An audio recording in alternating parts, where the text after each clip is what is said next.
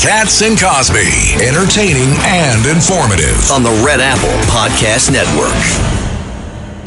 Breaking news, WABC. Well, I haven't slept last night. I was up till 2 o'clock in the morning, and before I got to sleep, watching the Trump birthday party. Oh my goodness! I was tuned in too. And Trump was up to 2 o'clock in the morning, watching the birthday party and the wrestling matches or the boxing or the fighting. And then, instead of going to sleep, he goes on his airplane and on the way to Geneva. And not only that, John, then he shows up all the way over there in France, and then he ends up meeting with Macron, and he's sharp as a tack, and the whole world is over there meeting with him and talking, of course, about Iran, and talking, of course, he also said, by the way, he said yesterday he had about an hour phone call with Putin and also a call with Zelensky. That's his birthday. That's amazing. He's 80 years old, but he's working 80 hours a week. He is incredible. And he does more in a week than Biden did in 4 years. Oh, my God. Than Biden did, I think, in 80-plus years. And the stock market hit an all-time high again today. It skyrocketed today, all-time high. You could tell that they love the news that it looks like this deal, at least the beginning phase, it seems to be done. The official signing's happening, they say, in Switzerland on Friday. President Trump says he doesn't think he's going to stay that long in France because it's right across the way where they are in France, right across from Geneva. But he thinks that J.D. Vance will go there, and he seems confident that at least phase one seems to be done, John, and that would be good.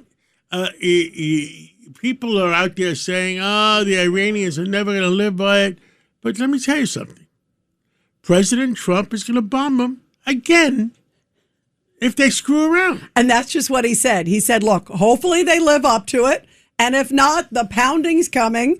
We're going to do it again and again and again. And the one thing he keeps hitting on too, John, and this is important for everybody, for all of our millions of listeners, that what he's essentially saying is that this is a proof of performance. He is making the case that if they don't do X, they're not going to get any sort of benefit whatsoever, even if it's in reconstruction or a whole bunch of things.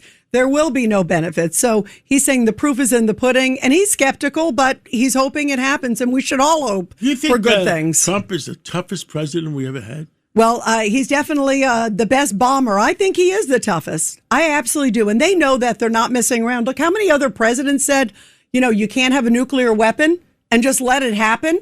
I mean, $1.7 billion of cash in the middle of the night on pallets by Obama. The midnight flight by Obama? Right. I mean, think about how many other presidents made the promise that they would try to do something and did nothing, Judge, did nothing. Look, the fact of the matter is General Keane or General Holt will point out he did a fantastic job from a military perspective. But now the devil is in the details with respect to this deal. Do we really have a nuclear-free Iran? Do we really stop the proxies for waging war across the Middle East? Are there certain protections for the poor people of Iran? All that remains to be seen. But we have to work with the president. We have to hope for the best. But as Reagan famously said, trust but verify. And with these people, the Iranians, you have to verify, verify, verify. Yeah, that is the key. The devil's in the details, and also making sure that they actually do live up to this. By the way, he also said something interesting today on the nuclear dust, the nuclear material. He was saying, guys, that he did not believe that it had to be taken out right away. He said, when we are ready to do it, we expect to do it, and that might be in a month or two.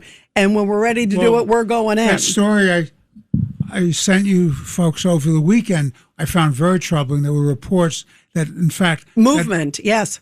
That they were either moving stuff out, and additionally, with respect to their major site, they had set up explosives to booby trap it, so people going in would be killed. Yeah, which is scary. That's very serious stuff. Really serious stuff, and that's why everything's in the details on this one.